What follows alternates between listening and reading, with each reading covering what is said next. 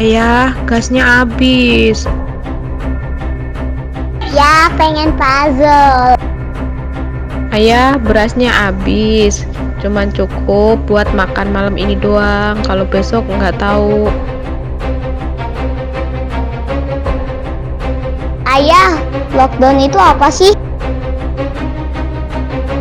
Katanya nggak boleh kemana-mana ya. Ayah, listriknya harus dibayar. Ini udah masuk bulan April, jadi 2 bulan.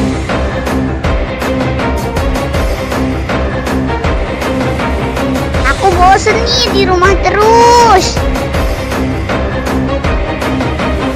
Ayah lihat grup RT deh.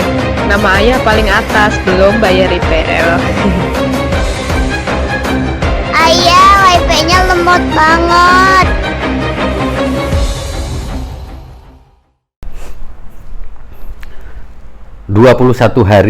hari ini tepatnya saya stay di rumah saja sebagai bentuk ketaatan saya terhadap pemimpin saya, mulai dari Bapak Presiden hingga pemimpin daerah. Kebetulan saya di Depok, jadi saya juga mengikuti anjuran yang dianjurkan oleh pemimpin daerah saya. Ya, pandemik COVID-19 atau coronavirus ini menjadi momok seluruh dunia, dan di Indonesia juga sudah menorehkan luka buat masyarakat yang positif COVID-19 dan meninggal. Bahkan tadi di pemberitaan ada yang ditolak hampir 4 tempat untuk pemakamannya. Selain itu, pandemik COVID-19 ini juga menimbulkan dampak yang tak sedikit. Dampak ekonomi secara makro, mikro, dampak ekonomi di keluarga. Contoh di keluarga saya, umpama sebagai pekerja informal. Ketika kantor-kantor tutup atau bekerja di rumah, dan kemudian beberapa kegiatan di hold atau postpone, ini juga tentu menjadi postpone juga penghasilan yang tadinya sudah kita rencanakan. Nah, dalam pembukaan video ini atau di awal video ini, tentu tak semua orang merasakan hal yang sama. Istri bilang listrik habis ya, atau listrik harus dibayar, anak minta puzzle karena lama di rumah, kemudian IPL harus dibayar, beras habis, minyak habis, dan seterusnya. Ini baru 21 hari. Bagaimana kalau ini sampai berjalan sebulan, 2 bulan, 3 bulan, atau berbulan-bulan? Entahlah, saya sendiri nggak bisa ngebayangkan untuk kondisi saya dan keluarga tentunya. Nah, ketika mendengar beberapa permasalahan tadi secara personal, saya juga bingung untuk ngejawabnya. Itu realita. Listrik harus dibayar, dari mana harus dibayar? Sekarang kita di rumah, ketika kita keluar, umpama kita jualan, yang beli tidak ada. Belum lagi ini, itu, ini, dan seterusnya. Ini menjadi dilema.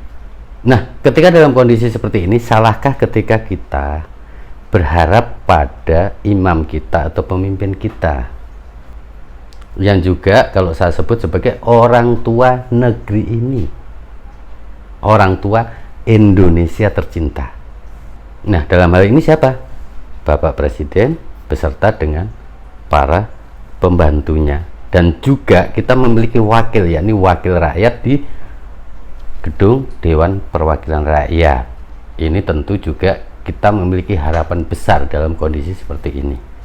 Belum selesai dengan masalah yang tadi, dilema lagi ketika beberapa kebijakan yang dikeluarkan oleh pemerintah ini membuat kita masyarakat awam, masyarakat tak terdidik yang belajar dari jalanan ini bingung. Kita gembira pada saat Presiden menyatakan bahwasannya untuk orang kecil, ojek, sopir taksi, nelayan, UMKM kredit di bawah 10 miliar akan dikasih relaksasi, dan ternyata tidak lama sejak Presiden menyatakan itu, juru bicara Presiden menyatakan bahwasanya relaksasi ini tidak semua orang dapat dan diprioritaskan untuk yang positif COVID-19. Ini tentu juga menjadi satu penyebab mental atau imunitas kita turun.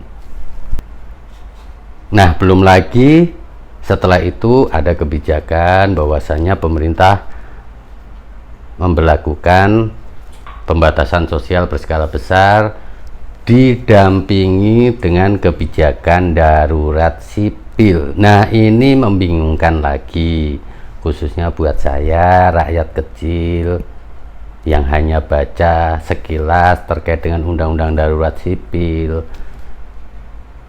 Makanya di video kemarin saya bilang pembebasan atau pembatasan sosial berskala besar yang didampingi darurat sipil ini beda dengan karantina wilayah. Bedanya, karantina wilayah pemerintah memiliki kewajiban untuk menanggung hajat hidup warganya, bahkan termasuk binatang piaraan pun. Kalau dalam konteks ini saya tidak tahu. Kalau di darurat sipil memang tidak ada kewajiban pemerintah untuk menanggung makanan atau kebutuhan makan warganya. Mudah-mudahan ini salah sekali lagi. Dan ketika mendengarkan beberapa statement mulai dari KSP dan seterusnya bahwasanya pemerintah sangat memperhatikan ketersediaan makan buat warganya, kesehatan buat warga, ya memang itu menjadi kewajiban yang diatur dalam Undang-Undang Dasar Negara Republik Indonesia tahun 1945. Ketersediaan pangan, papan, sandang memang sudah harus dijamin.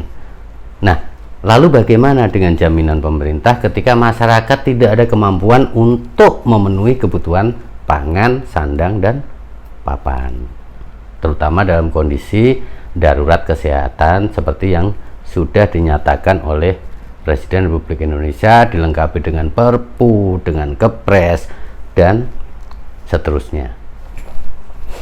Nah, mudah-mudahan dilema ini tidak berlanjut. Komunikasi pemerintah kita juga dengan mudah bisa dipahami oleh masyarakat, tidak hari ini A, besok B, dan besoknya lagi C, karena ini juga tentu akan menambah himpitan secara psikis, belum karena himpitan ekonomi.